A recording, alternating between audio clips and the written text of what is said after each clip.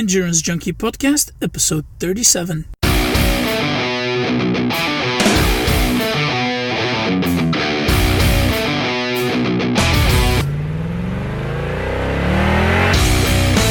Hey Junkie, what's up? Welcome to another episode of the Endurance Junkie Podcast, the show where I will be interviewing some of the fastest, smartest, and most inspiring people active in the endurance world today.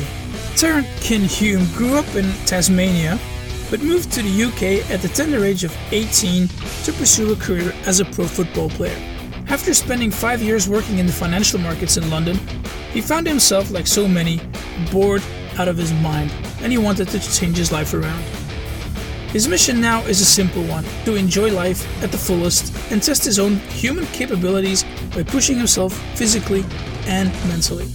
Tarran, thanks for taking the time to chat here today. For those of us who don't know you, maybe can you tell us a bit about yourself and your sporting background growing up in Australia? Yeah, absolutely, Peter. Thanks very much for having me. I grew up in Tasmania, Australia, and always played football, soccer for the North Americans. And many years, always dreamt of being a professional football player. And at the age of, actually rewinding a little bit before then, I grew up for the first 10 years really with a lot of open space of 10 acres, which of a background which allowed me to, I guess, with my brother and sister, run around and play cricket, football, soccer, Aussie rules, whatever it is. Australia is a very sporty country and it allows you to, I guess, fulfill any direction you want to go in. But my dream was always to be a football player, soccer player. And at the age of, I think it was a week after my 18th birthday, I bought a one-way ticket to go from Tasmania to London, England, after I'd set up some football trials and pretty simply got on a plane and went to England and had a few trials, had many football trials, many rejections, but then I ended up finding a team and end up playing semi-professional, which is probably the seventh tier of maybe 10 tiers of the I guess the football pyramid in the UK. Played for a few years semi-professionally, whilst working in a gym, which I did to support myself and pay rent while I was there.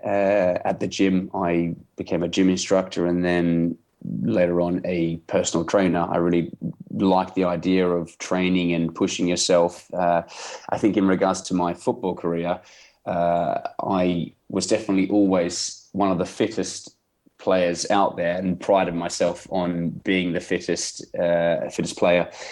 At the same time, skill level wise probably wasn't there, but I think I went as far as I possibly could have. And then when that time came to make a decision that I wasn't going to be a professional footballer, I think everybody goes through this when they love something and they really want to achieve at something. I went through a period where you get a bit unhappy and disillusioned and not sure which direction to take your life, and that's where I found sort of personal training. So I moved to Vancouver and became a personal trainer for a year out there, which I really enjoyed. I really enjoyed training people and seeing them achieve, be it lose weight, be it put muscle on, be it just live a healthy and active lifestyle. I really enjoyed seeing that.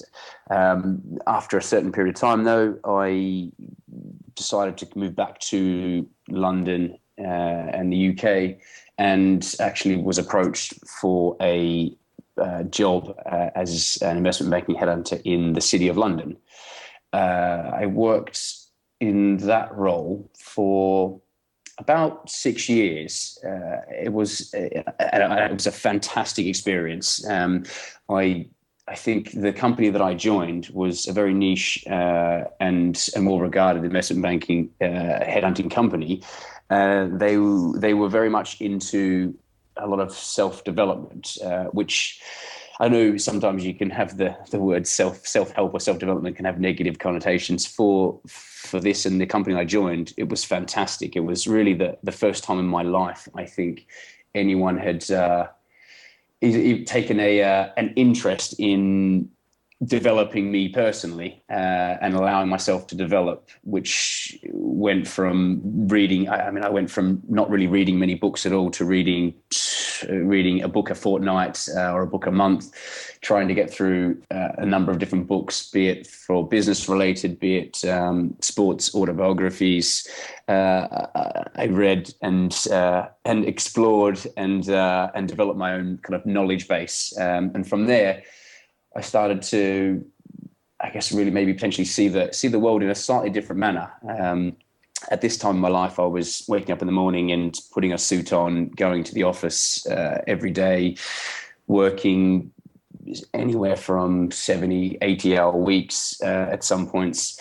And I was really committed to it. It was a lot of fun. And to a certain point where I started to see the environment that I was in as having a lot of trappings, where you can be very successful, make a lot of money, but you are very restricted in your creativity. And I saw a lot of people around me who were more successful than I was, making a lot more, I guess, money, which is the main barometer to measure success in the city. And that I saw people making millions that were working until they were 55, 60, had lost a lot of creativity in their life. And I looked at myself and thought whether this was a direction that I wanted to go down and spend the next 20 or 30 years of my life putting that suit on, picking up the phone and working in this space. And there wasn't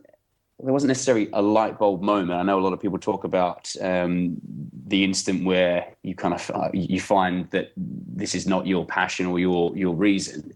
For me, it wasn't necessarily a light bulb moment. It was a combination of maybe a year where I would be very bored. Effectively, I spent a lot of time making good money, going out, partying, drinking, and all that entails, until a certain point where I really just got bored. There'll be nights where I'd go out to a bar or a club with a bunch of friends, and after maybe an hour, I'd be utterly bored and I'd leave the bar and go home. After a while, I end up just actually walking home. Some nights I'd come back and then I'd go out for a run, maybe do a 10 kilometer run or a 15 kilometer run. And I guess that maybe it was just because I was very bored of how, I guess, my life had developed. And I think one night I read through my diary that I'd written when I was 15 and still dreaming of being a football player. I looked at all the things I wrote down, the goals that I had and that I wanted to achieve. And I'd realized that I'd maybe compromised or strayed slightly from, strayed a lot from that path. And I wasn't happy with necessarily who I was. I wasn't a depressing person. I wasn't depressed. I was had a lot of fun. I enjoyed it. But there were moments where I just thought, this really isn't for me. And it was at that point that I sat down and actually wrote down, I think on a massive A3 piece of paper, all the things that I was scared of, all the things that I wanted to do, but all the things that I was scared of and fearful of that I never thought I could do. After writing a number of these down, then I decided, actually, what happens if I actually commit and try and see what I can achieve? I guess if I commit 100% and try and see what I can achieve. And that was for the year of 2013. As a very poignant moment in my life was, I think it was December 31st, New Year's Eve, 2012, where I stopped drinking not quit drinking. I still enjoy having a drink and socializing, but I quit drinking for a number of months so I could start training. And the first thing that I wrote down on my list was to do a half marathon. And that was the the thing that I had never done. I kind of thought about doing a half marathon. It's not a massive achievement in the endurance world, but I never run more than maybe 10, 15 kilometers. So the first thing I did was wake up on New Year's Day and go out for a run. And then it kind of developed from there. All right. So, those last couple of years that you were working in the city, then you completely lost the healthy lifestyle that you had as a youngster and in the beginning when you arrived in London. I don't think I lost it completely. I was still going to the gym. I still played football, albeit on a social level, on Sundays for a certain period of time. I did have a few injuries and had an operation on my shoulder because I dislocated it maybe 9-10 times. So I ended up having a surgery on my shoulder, and then I had a lot of injuries on my ankles, which I kept rolling them from playing football. Your studs would get stuck in the grass, or you'd roll my ankle quite easily. So I had a lot of ligament damage, which, as well as just became a bit disillusioned with, I guess, playing at a social level. I wanted to push myself further and more. Along with that, I think you're right, and to a certain extent, where I wasn't as healthy as I was yet when I was growing up or when I was younger, because the diet is it changes a lot, and so does the amount of, I guess, partying or drinking you do. It's a very, I guess, it's in that culture that you do that. You go out and eat heavy meals, lots of carbohydrates and lots of fats, and you drink a lot. So even though physically, I think looking, I wasn't in bad shape, and I was still fairly healthy, I think internally, I lost a bit of that healthy lifestyle, definitely. But besides that half marathon, what else did you have on that big A3 paper? Yeah, after the half marathon, I then decided I wanted to do a full marathon. I then decided I had these written down the whole year and planned it out. I mean, where to the degree where I actually printed off the 12 months of 2013, printed off an A4 page for each month, and pasted that on my wall. So I moved into a single studio apartment in Islington. It's the first time I actually lived by myself, which was fantastic to have that freedom and that space where I could, I guess, find my inspiration and motivation. I printed off the 12 months and put them on my wall, and then planned out my entire year with which event I would do. And after the half marathon, as I said, it was coming up to April time, and that was when I did a full marathon. Actually, I tried to do the Cambridge full marathon and then ended up actually getting injured and having, I think, plantar fasciitis, which, if you've ever had that, is incredibly painful. It basically means that all the nerve endings on the bottom of your feet, when you walk, it feels like you're walking on glass. So I actually got injured in the Cambridge half marathon. So I quickly looked at when the next marathon was, and that was the Worcester marathon 2.5 weeks later. So signed up for that, and me and a friend drove down there, and I did the full marathon. After the full marathon, I had also been training cycling and swimming, and I did it was actually a triathlon, a sprint triathlon, which is generally what a lot of people start at in the world of triathlons. I enjoyed running, but I wanted to experience, I guess, a slightly different style of endurance event. And I did the sprint triathlon, and then after the sprint triathlon, the next thing that I had planned was to go straight into a half Ironman, a 70.3 Ironman, which was in Essex. Again, 2 months later, and obviously I'd been training and working on my swimming and my cycling as well as continuing with the running. So I did the half Ironman. Then after the half Ironman, I actually had a plan that I wanted to do. I've always been interested in mountaineering and climbing mountains, and I had planned to climb Mount Blanc. And I actually had a number of people who wanted to do this with me. who eventually dropped out, and it came to a point where I just decided I'm going to book it and go on my own. So I flew out to France, to Geneva in Switzerland, and headed to Chamonix and signed up with a group, and ended up being me, now a good friend of myself, Andrew, and our guide, Ludovic. And I had an absolutely amazing time. Far exceeded my expectations of climbing a mountain. I think it's just there's a certain bliss or purity to climbing a mountain, which takes a lot of effort, mental strength. Not that Mount Blanc is the hardest of all mountains, but it was the first time I'd really been on a mountain, and getting to the top of the mountain, having it to ourselves was beautiful. Looking out over Italy, France, Switzerland, above the clouds, it was a very beautiful moment. Like I share only with two people, but it was really enjoyable. So after that, I then flew back to London, and while this was happening, I was still organising a world record event that I had been organising for the last couple of months. This event was actually called Game for a Future, and it was to play the longest game of five-a-side football ever played. We ended up playing for 46 and a half hours, and this involved playing for 5 hours non-stop, and then coming off and rotating with three substitutes we had for, I think it was really 2 hours.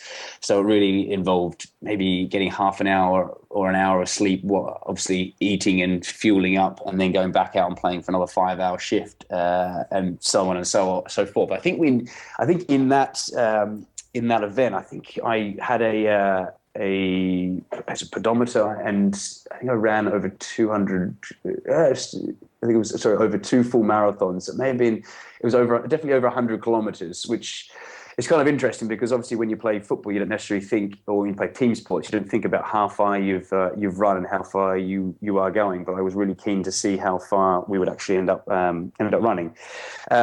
In conjunction with that, I had this idea that I wanted to do something with a charity and get involved on the more social aspect of it. And I thought this would be a great platform to do that with. It was actually on New Year's Day, the first day of my change in life, that I met now a great friend, Simon, who actually ran and was running a charity called Inspiring Futures and Volunteer Uganda. So we ended up raising about £10,000 for mosquito nets in Uganda, and also raising quite a lot of money to help send teachers out to Uganda to train other teachers. I think we figured this would be the best way to multiply the effect and put that money to good use. So that's definitely something that I'm very proud of in that respect.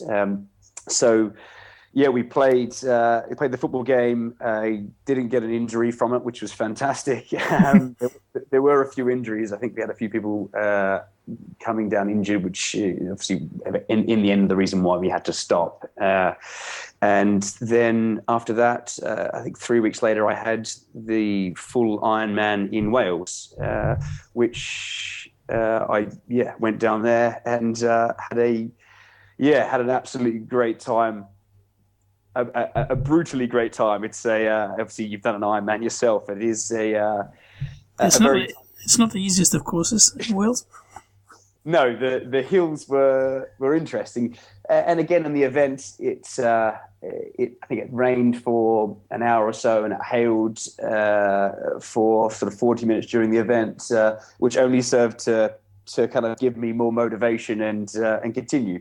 But I said, look, finishing that event, it was probably the proudest moment I'd been of myself internally, and it was a feeling that I guess I wanted to replicate and share. And having gone from never having done anything at the start of the year, to the point where I could run an Ironman sort of 8.5 months later. I felt this is fantastic. If I can set my mind to it and train and put the effort in, the hours in, you really can achieve pretty much anything. And that was even served even more, given that I could really, in January when I first started training, I could swim maybe 50 meters or so.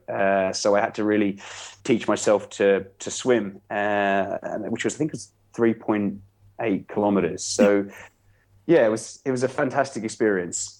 Cool. And that was really the last of the things that I did in that year, in 2013. It was the kind of the pinnacle, and that was everything that I'd been working towards for that 9-month period. Yeah. Now, were you combining that with work at the time, or did you quit your job and focus full time on training and doing these challenges? No, absolutely. I worked full time. My production actually increased from the previous year, but I was still getting up in the morning at 5:30 or 5 a.m. or 6 a.m. Sometimes I was going to the gym, swimming for an hour, and then I'd go to the office. I'd be in the office maybe an hour and a half before anyone else was in there to get extra work done. And then I would work anywhere from 8, 9, 10, 11, maybe 12 hours some days. And then I'd go home and I was cycling to and from the gym, or running to and from work at this stage. I'd go to the gym in High Islington. And then I'd sit on a bike maybe for 3 hours, given it was winter there. I didn't fancy at this stage going out on the roads at sort of 9 in the evening. So I'd sit on the bike for 3 hours. And I actually ended up combining a lot of my interest. I'm a massive Arsenal football fan, and I wanted to watch the games. At the same time, I didn't want to sit on my couch and eat crappy foods. So I'd go to the gym and I'd watch the football game while I was on the bike, spending 2 hours training and sort of combining the two, which was perfect. I think that year was I guess a fantastic year for learning and I guess and experiencing what we can achieve. But I definitely stress that, it was 100% working and doing these events. But what it did and where it did affect me slightly was that the social aspect of it. I became less social, given that I couldn't go out, drink, party, whatever it was. And my Saturdays and weekends were spent doing 9-10 hour cycles or running sort of half marathons for training. So you end up spending a lot of time in your own head, so to speak, which the running and the cycling aspect does help, because you do, I guess, contemplate various different things, various different aspects of your life. And that's sort of what I was doing. It was a year where I was pushing myself physically as hard as I'd ever pushed myself, way harder than I had as a footballer, but at the same time learning a great deal on the mental aspect, and also learning what I was capable of. It's a funny thing. You get asked when you're a kid what you want to be when you grow up, and I think even the person asking you that doesn't necessarily believe when you're an 8-year-old kid that you can achieve anything. And I think it's only through a year of sort of self-discovery and reading, doing a lot of self-education, I call it, that I was able to develop this like a stronger mindset that allowed me to really not focus on the things that I didn't have and focus on the things that I wanted to achieve. And going to work for 9, 10, 12 hours a day and fitting this around it just seemed logical. It wasn't until after the Ironman that I decided that I wanted to pursue this and take it to another level, which at the end of October that year, a month after the Ironman, I ended up quitting my job and pursuing one of my other passions and one of the other things that I, ever since a kid, I'd always been interested to do, but always made excuses to never do. And that was, as you spoke about earlier, that was to book a ticket to Thailand. And I decided I wanted to become a Muay Thai kickboxing fighter. Whoa, that's something completely different. Yeah, definitely. It's something that I've talked about a little bit before, and it was when you're a kid growing up, I always was fascinated by Jackie Chan and Bruce Lee, as I think a lot of people are.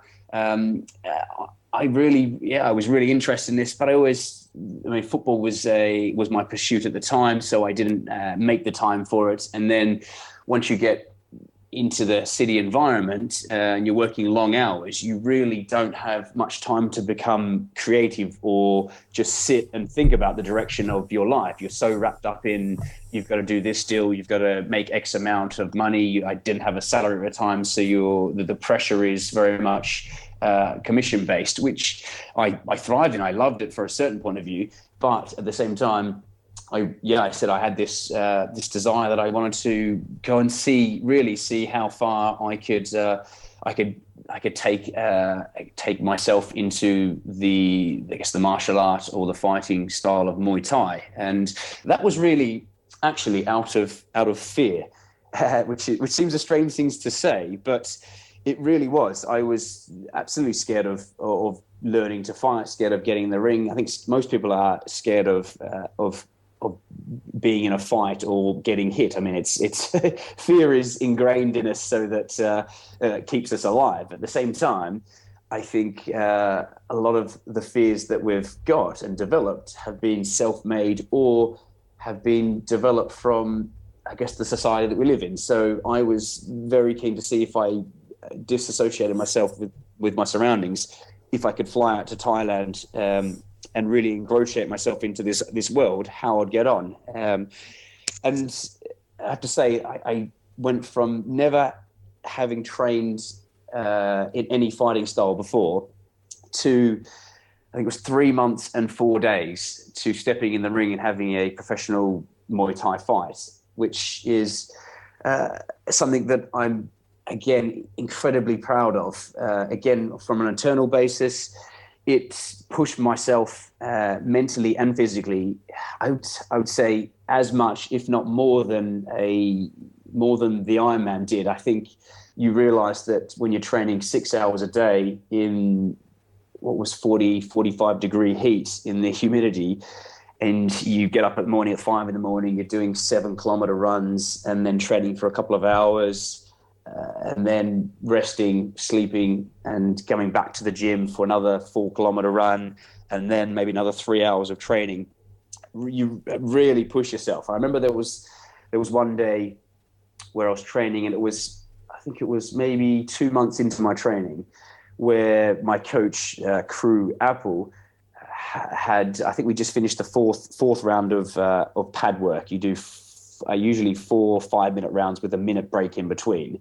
In that minute break, you've also got to do 20 press-ups as well and get a drink. It was after the 4th round, which is the most I'd done at this stage, where he sort of suggested, he said, we're going to do another round, because I was willing to push myself. Absolutely, you kind of give yourself over to the trainers there, especially if they know you want to fight and you're prepared to commit to it. They tend to commit to you a lot more. So we did 5 rounds, and that's usually the most you do. And I remember sitting on the step afterwards, having a drink, and you see the being so tired, you see the kind of, as I describe it, the world kind of closing in around your vision, and being absolutely spent, thinking that was it. He then signaled for me to get up and do another round, a 6th round. I was absolutely shocked, but again, absolutely, if this is what's required of me, you get up and you get in the ring there. And I was so tired. I think it was like, 30 seconds of just being incredibly tired, not really throwing much. You maybe throw a few jabs, and then somewhere you find a new limit, and a new bit of motivation, which was exactly the reason why I went there. So finishing that round was amazing. Again, days like that give you massive confidence, and also opens your eyes, and opened my eyes up to what was possible. Obviously, this was after the 6th round, after I'd cleaned up my spew that I threw up. Then I was able to appreciate this. But yeah, I had really I think it was a lot of angst and frustration for being in such a non-creative and a different job, where you're in the office picking up the phone for 6 years. that to be able to express myself and the freedom of actually really pushing my limits, getting up at 4 a.m. and going to run Thailand's second highest mountain as a training day, and then having to go back and train. Certain things like that I don't think I'll ever forget. It was moments where obviously the first day of training, I turn up and I've got a 14-year-old kid who's the Northern Thai champion for his weight category training me, laughing at me because I have no balance. It was a very humbling experience as well. You don't get too far ahead of yourself. But I think that for me was, as I've told many people, the best, probably the best 3 months of my life. I really enjoyed the people that I got to spend a lot of time with as well. Really helped, I guess, develop this idea that I'd like to try and turn this into some sort of career and the direction I was going in.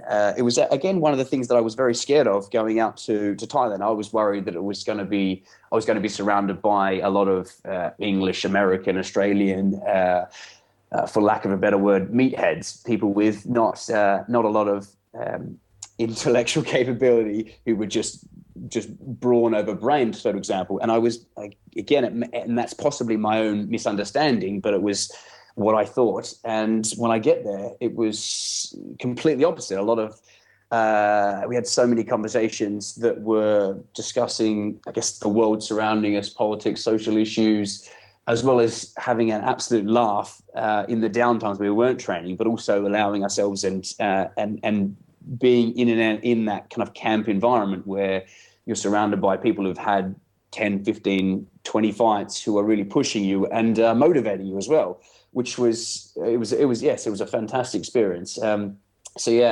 I ended up stepping into the ring after 3 months and 4 days, and had my professional Muay Thai fight, which is fantastic, and a great experience. No, I guess it's more than experience. It sounds like you really found your passion there, or am I wrong? Or was that just a challenge that you wanted to tick off and just move on to something else now? It wasn't necessarily a challenge that I wanted to tick off. It was something that I was really keen to do. I actually would have, at the time, loved to have stayed for even longer and had another couple of fights. And it's something that goes around my head every few days about potentially going back there, even potentially next year going back to train and have some more fights. But it was definitely something that opened my eyes to, I guess, my own personal capability and what I'm capable of, therefore what a lot of other people are capable of as well. And I came back to London and actually gave a few talks, and a lot of the questions that I were asked were not necessarily around the physical or the mental aspects and how it was. A lot of it came down to the financial side of things, and a lot of questions came out about how could you afford to go to this? How do you do this event? And it's one of those things. I think for that 3-month period, the whole trip ended up costing me maybe £1,200 in total. You could have possibly even done it for £1,000, which, if you think about it, if you go on for a week or 2 week holiday, you really could spend that money if you really wanted to have, and you had the desire to go and be a Muay Thai fighter. Yes, you could go and do that. I have to stress again, though, that the sort of 3 months to go from nothing to something, and step in the ring was, I think, purely because I turned up to training every single day, and I was there pretty much the whole time, barring 6 days where I had a broken rib. After 6 weeks there, I was in sparring. I got a cracked rib and a separated rib, so I had to take 5 or 6 days off and then basically train around that. But it is really, if you choose to commit to something 100%, it's the same as what I had found out the previous year, writing down those goals and committing to it 100% in order to, I guess, climb a mountain or run or sort of compete in the Ironman. It was the same, I guess, strategy and and mental attitude. And I think that's what a lot of it came down to, was that you can push your body as far as you can without, obviously, barring injuries. But really it comes down to the mental aspect of it. Are you prepared to drag your sorry ass out of bed at 5 a.m. and go for a 7-kilometer run? Once you're out of bed and you are running, for me, it was, again, fantastic. I'd run past Water Buffalo in the morning. I'd see the sunrise come up, and they're images that will remain with me. At the same time, it's that that mental aspect of trying to get yourself out of bed in the morning after you've been training for maybe 6 weeks and you've got so many injuries. Which a lot of people did. I think it's one of the things you learn quickly is that there's a lot of injuries. You've got to kind of train around them. That's not necessarily means you've got to be silly and overtrain through injuries, but there is a real, I guess, thought out in Thailand, or at least the camp I was at, where if you have an injury that's kind of expected you're going to get injuries, you just train around them to get yourself into a peak state. And wasn't necessarily for the reason of actually you've got to turn up to the gym, but and sit there and do nothing. But a lot of it came down to the mental aspect. How committed are you to, I guess, to training and to this? And even sitting at the gym for 3 hours, watching other people train, you think about your own style, your own training process, and again, it was, I said a fantastic experience, but an experience that really didn't cost much money. I mean, Thailand's an incredibly cheap country. And where I trained in northern Thailand, outside of Chiang Mai, it was a very, very cheap experience that I think realistically anyone could do. And I mean, that can change from, maybe it doesn't mean you can go on a holiday if you get 21 days holiday or 30 days holiday a year, but the chances are if you've been in a job for a few years, you could take a sabbatical and go and pursue this dream or desire. It doesn't necessarily mean you have to have a fight, but if that's something that you want to do to, I guess, face your fear as effectively I was doing, then yeah, fantastic, you can go and do that. And that's something that I'm a massive advocate. It's kind of changing the way you think. And that's something that I've been developing myself, and again, it's something that I'm continuing to do, is always look for new and different ways to view the world and to see what's possible. I think that's quite a key, is to follow, I guess for me, it was following my desire and to see, could I actually, if I really focused and committed, could I actually go and achieve this? All the while still being scared that you're going to fail and embarrass yourself, but that's kind of part and parcel of growing and developing as a human, I think. Yeah. How do you keep that focused then during those, brutal months of training, despite, the injuries and everything, and getting up every morning at 5:30 to go for that jog and batter your body for another day? I think it's something that, as I've said, throughout the year, I think you develop a certain resolve and a certain determination. Not necessarily not necessarily going against the rest of the world. And it's all on you. I think initially when I first quit my job, as I said, there was a lot of energy and excitement, which I funneled into training and pushing myself as hard as possible. But having sort of taken a step back from that and achieved probably more than I thought I would. Again, a self-limiting thought there, but achieving more than I thought I would has really, I guess, allowed me to develop the mental aspect, where I think you do just recognize, look, if I want to, I looked at it and I thought, if I'm going to step into the ring, I want to have done absolutely everything possible so that I'm in a situation where even if I step into the ring and I lose my fight, or I get, heaven forbid, I get elbowed and get a cut or get a broken bone or get knocked out, then I could still be proud of myself because I'd really pushed myself and done everything possible. I think that's where I try and approach a lot of things, where if you really want something and you're prepared to commit to it, the chances are, I think the best way of describing it is that the universe tends to have a way of making it happen. And that's not in some airy-fairy kind of hippie way of looking at it, that like the Secret, think about it and it'll happen. I think you've obviously got to do a lot of the actions, but if you find doing a lot of the actions and a lot of the mental focus helps massively with, like you said, getting out of bed at 5 a.m. or 5:30 in and dragging yourself out of bed. I was wearing ankle straps at the time for my ankles, which were very weak, but I'd run with these ankle straps on, and also having been surrounded by a lot of the people at the camp helped massively. I mean, the first day at camp, I kind of looked at who were the professional guys, who were the guys that had fought before and trained, and then really for me, it was try and speak to these guys and learn. And I think that's something that I carried over into, I guess, the most recent of challenges that I've done, which is the aesthetic fitness model competition, which, as again, was really, it's all about learning. I try and speak to as many people, learn as much, and hoover up as much information as possible. And that can be from really anything. From speaking to people that you meet is probably the best option and best way to do that. But again, that's speaking to people and actually listening rather than talking a lot. And that's one of the things you learn to do when you want to educate yourself and learn. It's having to quieten your mind and listen. And I know that one of the things that I would always do would be to talk massively. When you work in a sales environment, you've got to have the ability to talk, but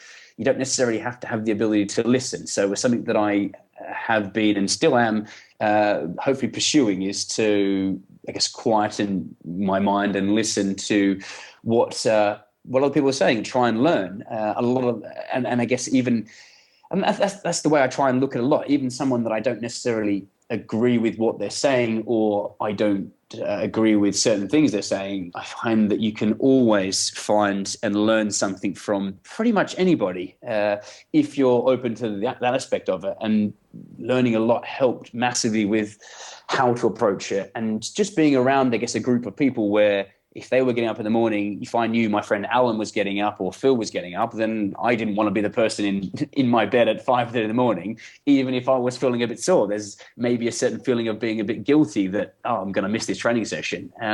But it is sort of kind of writing your goals down. Again, I had quotes and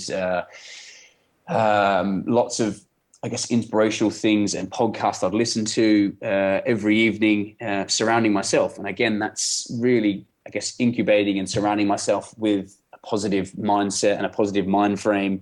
And that's really how I think, getting up at 5 a.m. every morning, or doing 6-hour training days, or when I got my rib broken, that I was only going to take a few days off or a week off and then try and work around it to get back into the gym. They're the sort of things that you do need to, guess, dig deep, and having those inspirations and motivations around you help massively. Cool. All right. So what's next for you? Well, as I've been, I obviously finished with actually after the Muay Thai fight, I flew back to London for a few months and then started training. I think it was really a couple of days after being back in London for this fitness model aesthetics competition, which I just competed in 3 weeks ago.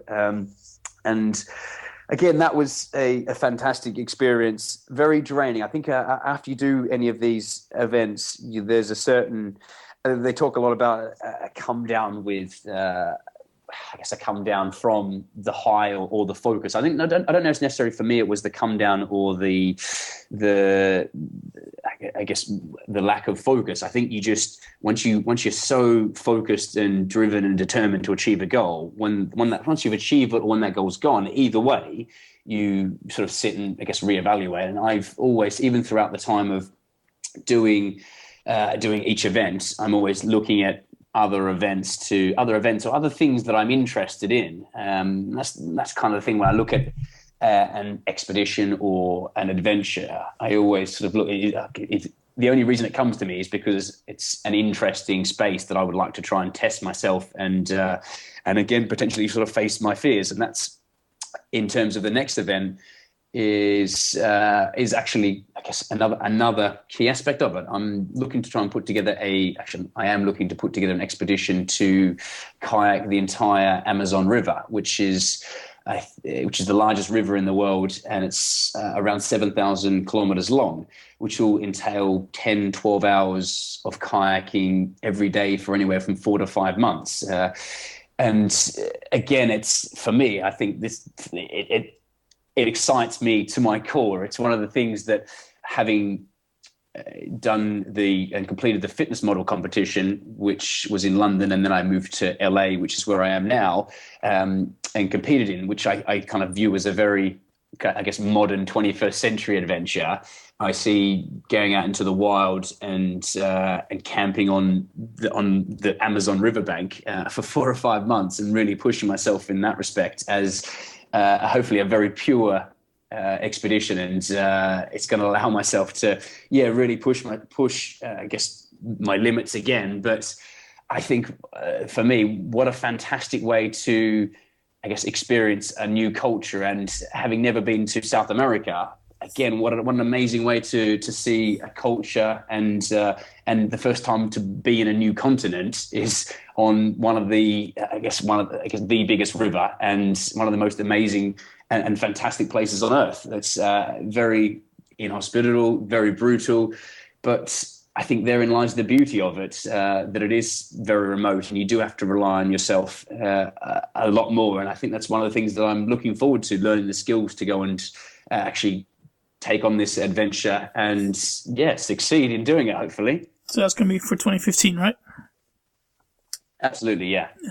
Will people be able to follow that somehow online?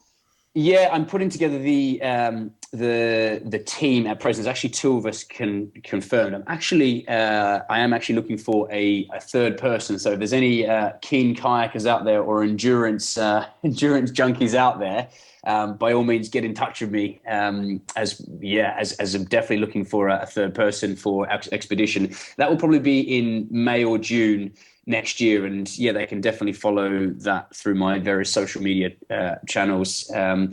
Before then, I am toying with the idea of a couple of other adventures or trips which are not decided yet. So if you've got any ideas after the show, Peter, send me some ideas across. Oh, well, here's a little call out or shout out to all the listeners. If they do, where can they send that to? They can contact me at my Twitter feed, which is at Tarran008, which is at TARRAN008. It's the same for my Instagram, or they can add me on Facebook and connect with me there, Tarran Kent-Hume. It's actually, social media I'm finding is fantastic for collaboration and for these sorts of things. And I'm open to discussing any and all possibilities. All right, cool. Now I'll definitely put those links in the show notes.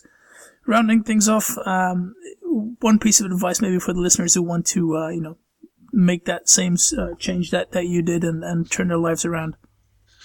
I think that the massive piece of advice, again, comes from my self experience is I guess I look at it, I say sort of chase your fears, and it's something that it comes down to sort of I guess education as to what is possible. And then we have in society today, we have a very fear driven I guess society for really anything. And I think it's kind of reprogramming and resetting your mindset to what's actually possible and what's possible for yourself. I mean, I look at it, and having gone through a certain period of pain myself, where a lot of people around me weren't sure what I was doing and why I was doing it, and I got a lot of negative feedback when I decided in 2013 to change my life in this respect. I think it's one of those things to really go after your dreams, and not in some airy sort of fairy way that I've got a dream. I think dreams can actually have sometimes a negative connotation, because when we dream, we're usually asleep. I think dreaming while you're awake and actually focusing on that, writing down your goals.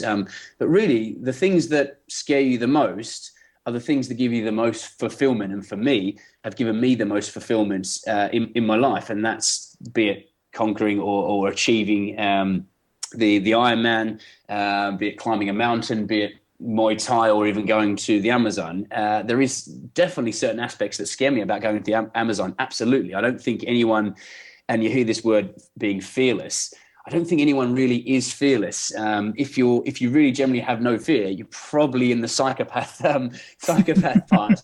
But it's really recognizing your fears And then the one thing that I do is, okay, if I want to do something, say for the example of the Amazon, I'll go, this is what I want to do. And then I write down all the reasons that'll stop me doing it. What are the reasons that'll stop me? Is it financial? Is it because I'm scared I'm scared of the native tribes? Am I scared of being alone out in the Amazon? All these different things. I write all the fears down and then look at them all and then work through them slowly. Each and every individual fear, work through them and think, is this going to stop me doing this? How can I find a solution for this, rather than letting those fears build up and then really you become stagnant and you don't want to move forward because you are scared. I think it's one of those things where, for me, I recognize that fear is part of life. It's not something that, and I use the word fear or being scared, however, or trepidation, however you want to describe it. It is kind of part of you. You're always going to be scared of certain things. That's not necessarily a bad thing, but it's about recognizing why you've got these fears. And a lot of that can be, whether it's I've got a fear of quitting my job to go and pursue this other job that I want to do, or doing this adventure. It's a matter of working out, okay, so if I quit my job, and even quitting a job can be quite a stressful thing. It's like, okay, what's the worst thing that can happen if I quit my job? They can't fire me because I've already quit.